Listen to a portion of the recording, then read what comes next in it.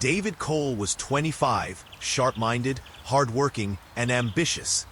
The kind of man who still believed effort alone could earn success. For 3 years, he'd served as a junior analyst at Harrington Global, a renowned consulting firm with gleaming offices and sharper politics. He dressed neatly, kept his head down, and avoided office gossip. But envy is a quiet enemy. It began with misplaced reports and subtle rumors. Colleagues whispered behind his back. Someone sent accidental emails with his name attached to missing data. Then, one gray Monday, HR summoned him. "David," the manager said coldly, "we've identified irregularities in your performance. Sensitive information has been leaked. Your behavior is questionable." David's throat tightened. "What are you talking about? I've done nothing wrong. Check the records." "It's been decided," she interrupted. "Your employment is terminated effective immediately. No hearing, no defense." His badge was deactivated by lunchtime. By evening, he stood on the street holding a cardboard box, watching 3 years of loyalty vanish into thin air. Bills stacked up fast. Rent overdue. His small savings dwindled to nothing. His landlord gave him 1 week to leave. When David finally walked out of his apartment for good, only one companion remained. Shadow, his brown-eyed pit bull, rescued from a shelter during college. Shadow was family, loyal, loving, always there. The pair slept on benches and under overpasses. They lined up at soup kitchens. To stay sane, David jogged every morning through the city's cracked sidewalks, rain or shine, Shadow keeping pace beside him. "This won't beat us," David whispered during long nights. "We'll get back on our feet." But fate had a crueler plan. On a chilly Tuesday dawn, David took a shortcut through a narrow alley, a mistake he'd regret forever. The early light barely reached the graffiti-stained walls. 3 men emerged from the shadows. Tattoos crawled down their necks, their eyes cold and predatory. The Red Jackals, a gang known for random violence. "Hey, pretty boy," the leader mocked. "Where you rushing off to? Got cash?" "Not looking for trouble," David said, trying to pass. "Trouble found you." Shadow barked, baring teeth. One thug kicked the dog hard. David shoved him back, but fists and boots rained down. Pain exploded in his ribs and skull. "Hold him still," the leader ordered, pulling a pistol. "No!" David shouted. Too late. The gunshot cracked through the alley. Shadow yelped, collapsed, and went still. "Shadow!" David screamed, his rage primal. Before another punch dropped him into darkness. Somewhere far away, tires screeched. A car door slammed. A woman's voice shouted, "Call an ambulance now!" When David awoke, harsh light stung his eyes. He lay in a private hospital bed, tubes in his arm, pain everywhere. At his side sat a poised young woman with hazel eyes. "You're awake," she said softly. "You're safe now." "Who are you?" David croaked. "Elena Morgan. I saw you bleeding in an alley. You're lucky to be alive." Tears blurred David's vision. They killed my dog." Elena's voice gentled. "I'm so sorry." She squeezed his hand. "But you're still here. That means you can fight back." Over 2 weeks, Elena visited daily, with food, water, even magazines to pass the time. She never asked for thanks, only smiled and said, "Heal first." When David was discharged, she drove him to his tiny apartment and paid the landlord. The place was nearly empty, but Elena stocked the fridge and promised to check in. "You don't owe me anything," she said when he tried to refuse. "Then why are you doing this?" David asked. "Because I can, and because someone should." But David's heart burned with anger. Shadow was gone. The Red Jackals were still out there, and no one, not the police, not the courts, would make them pay. He would. David's grief hardened into resolve. He spent days in libraries researching the Red Jackals, learning their turf, names, and power structure. Nights were for training. Boxing gyms taught him to hit harder and faster. Back alley fighters taught him how to take pain and keep moving. Every bruise became fuel. Every drop of sweat was a promise to Shadow's memory. Elena continued to visit, unaware of the darkness forming inside him. She brought meals, groceries, even small gifts to brighten his apartment. They shared laughter over takeout boxes, moments of quiet when her hand lingered on his shoulder. "You're changing," she remarked once, studying his sharper frame. "Just keeping myself busy," David lied. One afternoon, Elena stopped by after swinging through the mall for drinks and groceries. But outside, leaning on her Mercedes, was Rico, a scar-faced lieutenant of the Red Jackals. "Hey, beautiful," Rico said smoothly. "How about dinner with a real man?" "No thanks," Elena replied, voice firm. "Not a question," he sneered. "You don't want to make me angry." Elena walked away without another word, but Rico's glare followed her. He and two gang members tailed her car to David's apartment. The apartment ambush. The door burst open. Rico and his men stormed in, only to find David standing calm in the middle of the room, fists clenched. "You picked the wrong house," David growled. The fight was brutal. One thug swung a bat. David ducked, countered with a body shot that cracked ribs.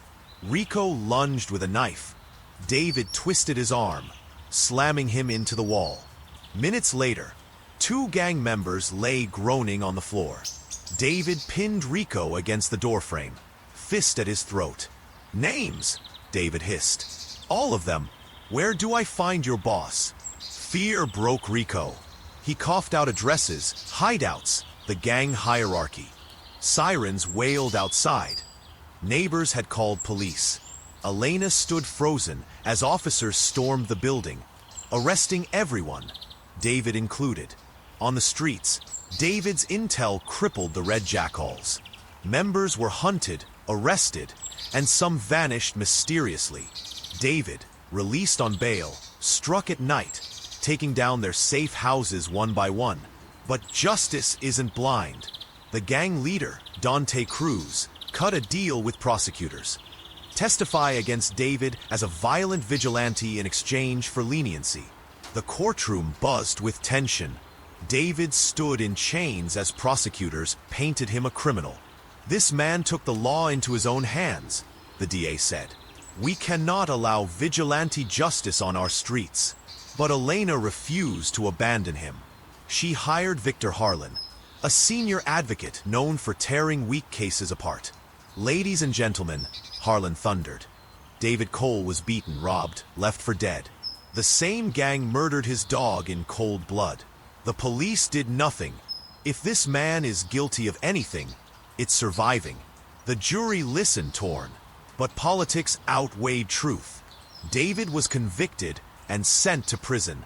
Prison was another battlefield. Red Jackal affiliates inside targeted David immediately.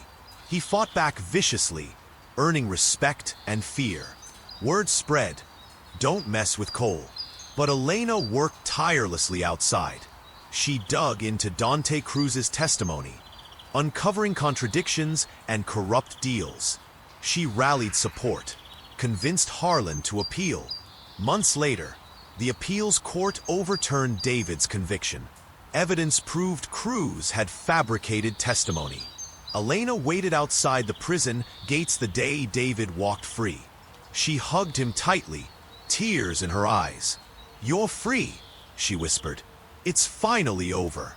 David looked past her at the horizon. "No, not yet." David and Elena grew closer, their bond forged in blood and loyalty. They shared quiet dinners, laughter, and stolen glances. Something deeper bloomed, but David remained wary. As they walked hand in hand from the courthouse after his final hearing, a black SUV idled across the street. Inside, a man in a gray suit spoke into a phone. "He's out, stronger than before. We'll deal with him soon." The SUV roared away. David caught a glimpse of cold eyes in the rear-view mirror. "Something wrong?" Elena asked. "Just a feeling," David said softly. This isn't finished. The storm that had hung over David's life for so long was finally starting to break. But the fight wasn't over yet. The Red Jackals still had powerful allies in the city, and their leader, Rico Delgado, had gone underground. He was cunning, ruthless, and far more dangerous than any of the foot soldiers David had faced so far. David sat in the back seat of Elena Ramirez's black SUV, watching the rain-streaked streets roll by. Elena, sharp as ever in a tailored navy suit, was behind the wheel. She glanced at him through the reflection of the windshield. "You're thinking about Rico," she said calmly. David nodded. "He's still out there, and he's not the type to forgive or forget." "Neither am I," Elena replied, her voice cold with quiet resolve. "He tried to ruin your life, and now I have proof the Jackals are being protected by people inside the department. This ends tonight." They were headed to a warehouse on the docks, a place that the gang had used as a base of operations for years.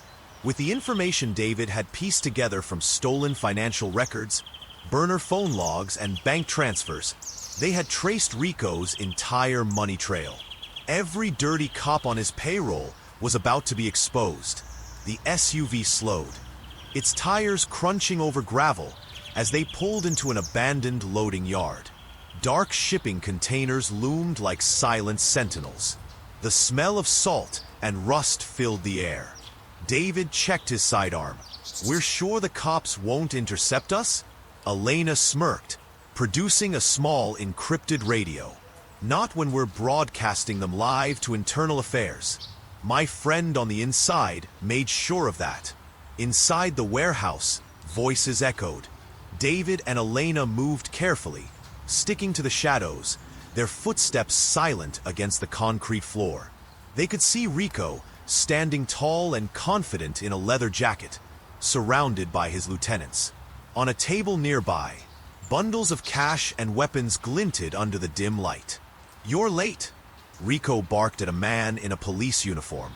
It was Sergeant Voss, the same cop who had framed David months ago. "The heat's on us.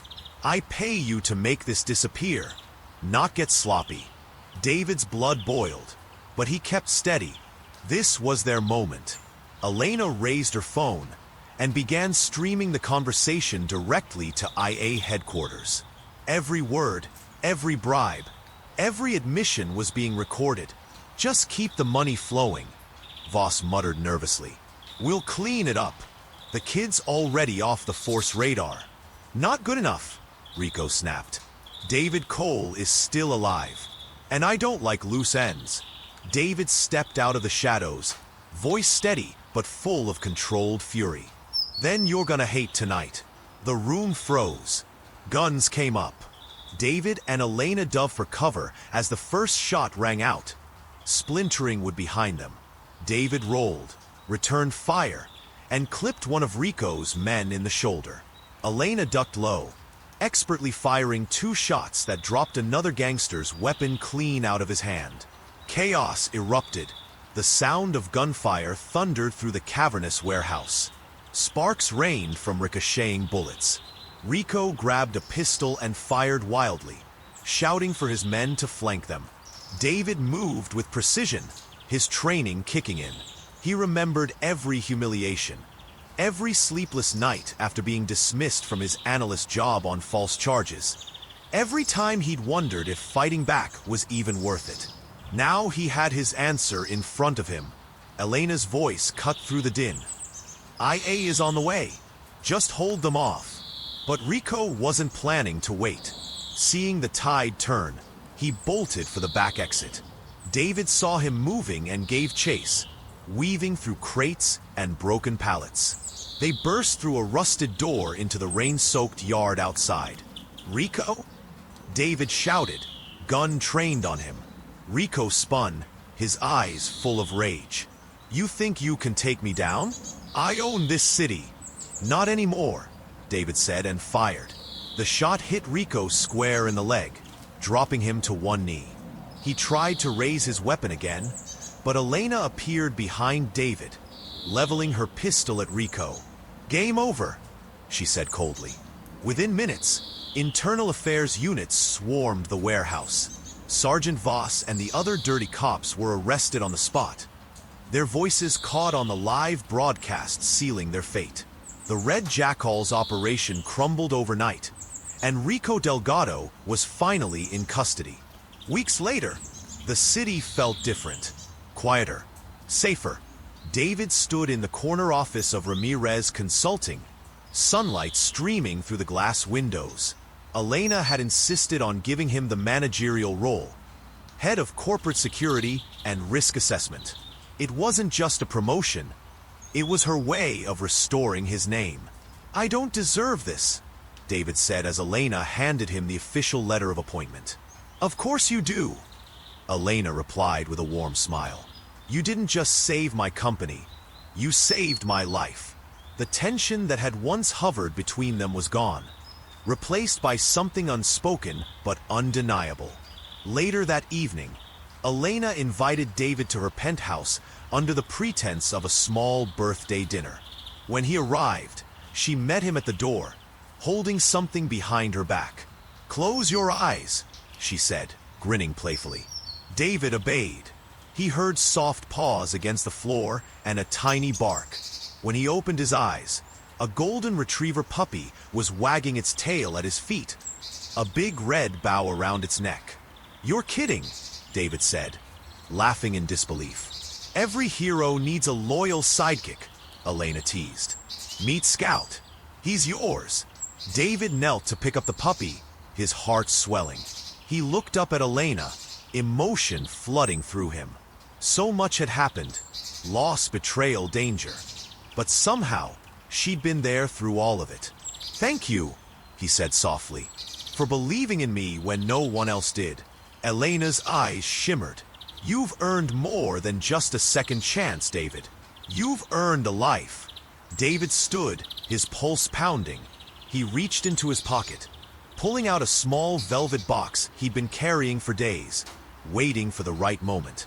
"Elena, I know we met in chaos, and I know life can turn upside down in a second, but I don't want to waste any more time." He opened the box to reveal a stunning ring. "Will you marry me?" Elena gasped, tears welling instantly. For once, the sharp, unshakable businesswoman was speechless. She covered her mouth, then nodded, laughing through her tears. "Yes, David, 1,000 times yes." He slipped the ring onto her finger as Scout barked happily, tail wagging like he understood everything. They kissed softly under the warm light of her apartment, the weight of the past finally lifting off their shoulders. News outlets praised David and Elena for exposing corruption at the highest levels. The Red Jackals were dismantled, Rico Delgado sentenced to life, and the city finally started to heal.